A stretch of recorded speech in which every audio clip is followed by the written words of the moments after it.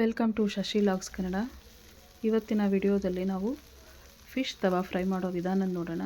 So very simple ಆಗಿರುತ್ತೆ. ಮನೇಲೇ ಇರೋ ಇಂಗ್ರೀಡಿಯೆಂಟ್ಸ್ನ ಆ್ಯಡ್ ಮಾಡಿಕೊಂಡು ಮಾಡ್ಕೋಬೋದು ಬೇಗ. ಸೊ ಈಗ ಸ್ಟಾರ್ಟ್ ಮಾಡೋಣ. ಸೊ ಇಲ್ಲಿ ನಾನು ಒಂದು ಪ್ಲೇಟ್ ತೊಗೊಂಡಿದ್ದೀನಿ.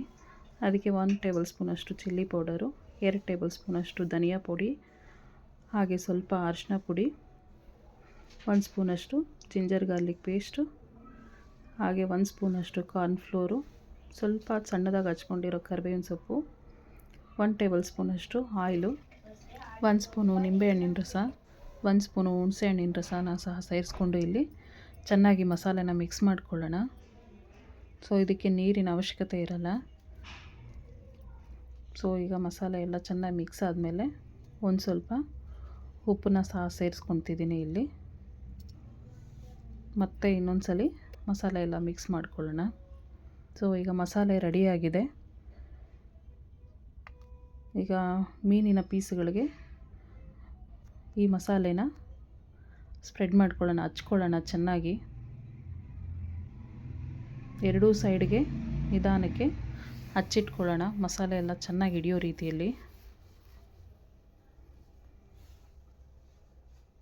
ಸೊ ಮಸಾಲೆ ಎಲ್ಲ ಹಚ್ಚಿದಾದ್ಮೇಲೆ ಒಂದು 30 ಮಿನಿಟ್ಸು ಇಡೋಣ. ಅದು ಮಸಾಲೆ ಎಲ್ಲ ಸ್ವಲ್ಪ ಉಪ್ಪು ಖಾರ ಎಲ್ಲ ಚೆನ್ನಾಗಿ ಹಿಡಿಯುತ್ತೆ ಮೀನಿಗೆ. ಸೊ ಇಲ್ಲಿ ನಾನು ಒಂದು ತವ ತೊಗೊಂಡಿದ್ದೀನಿ. ಅದಕ್ಕೆ 2 ಟೇಬಲ್ ಸ್ಪೂನಷ್ಟು ಆಯಿಲ್ನ ಹಾಕ್ಕೊಂಡು ಫ್ರೈ ಮಾಡ್ಕೊತೀನಿ. ತುಂಬ ಆಯಿಲ್ ಬೇಕಾಗಿರೋಲ್ಲ ಇದಕ್ಕೆ. ಸೊ 2 ಪೀಸ್ನ ಆ್ಯಡ್ ಮಾಡಿಕೊಂಡು ಫ್ರೈ ಮಾಡ್ಕೊತೀನಿ. ಈಗ ಮೀಡಿಯಮ್ ಫ್ಲೇಮಲ್ಲೇ ಬೇಯಿಸ್ಕೋಬೇಕಾಗುತ್ತೆ. ಯಾಕಂತಂದರೆ ಹೈ ಫ್ಲೇಮಲ್ಲಿ ಇಟ್ಟಷ್ಟು ಬೇಗ ಸೀದೋಗ್ಬಿಡುತ್ತೆ, ಒಳಗಡೆ ಬೇಯೋದಿಲ್ಲ. ಅದಕ್ಕೆ ಮೀಡಿಯಮ್ ಫ್ಲೇಮಲ್ಲೇ ಬೇಯಿಸ್ಕೊಳ್ಳೋಣ.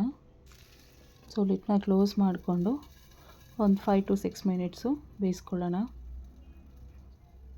ಸೊ ಈಗ ಮತ್ತೆ ಇನ್ನೊಂದು ಸೈಡಿಗೆ ತಿರುವಾಕ್ಕೊಂಡು ಬೇಯಿಸ್ಕೊಳ್ಳೋಣ, ಆ ಕಡೆ ಒಂದು 5 ಮಿನಿಟ್ಸು. ಯಾರೆಲ್ಲ ನನ್ನ ಚಾನಲ್ನ ಸಬ್ಸ್ಕ್ರೈಬ್ ಮಾಡ್ಕೊಳ್ಳಿಲ್ವೋ ಸಬ್ಸ್ಕ್ರೈಬ್ ಮಾಡ್ಕೊಳ್ಳಿ.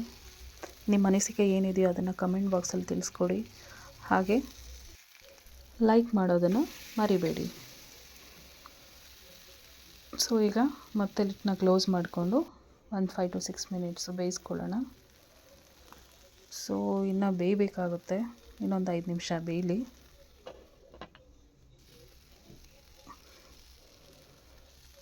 ಸೊ ಬೆಂದಿದೆ. ಈಗ ಒಂದು ಪ್ಲೇಟ್ಗೆ ನಾವು ಸರ್ವ್ ಮಾಡ್ಕೊಳ್ಳೋಣ.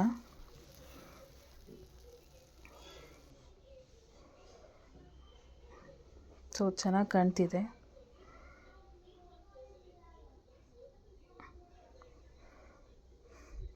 ನಿಂಬೆ ಹಣ್ಣಿನ ರಸನ ಅದರ ಮೇಲೆ ಹಾಕಿ ಟೇಸ್ಟ್ ಮಾಡೋಣ. ಈಗ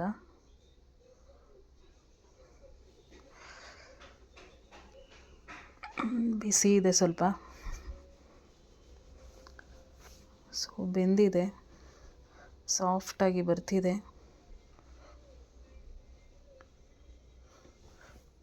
ಬ್ರೆಡ್ ಪೀಸ್ ಥರ ಕ್ಲೀನಾಗಿ ಚೆನ್ನಾಗಿದೆ. ಸೊ ಈ ವಿಡಿಯೋ ನಿಮಗೆಲ್ಲರಿಗೂ ಇಷ್ಟ ಆಗಿದೆ ಅಂದ್ಕೊತೀನಿ. Take care. Thank you. Bye bye.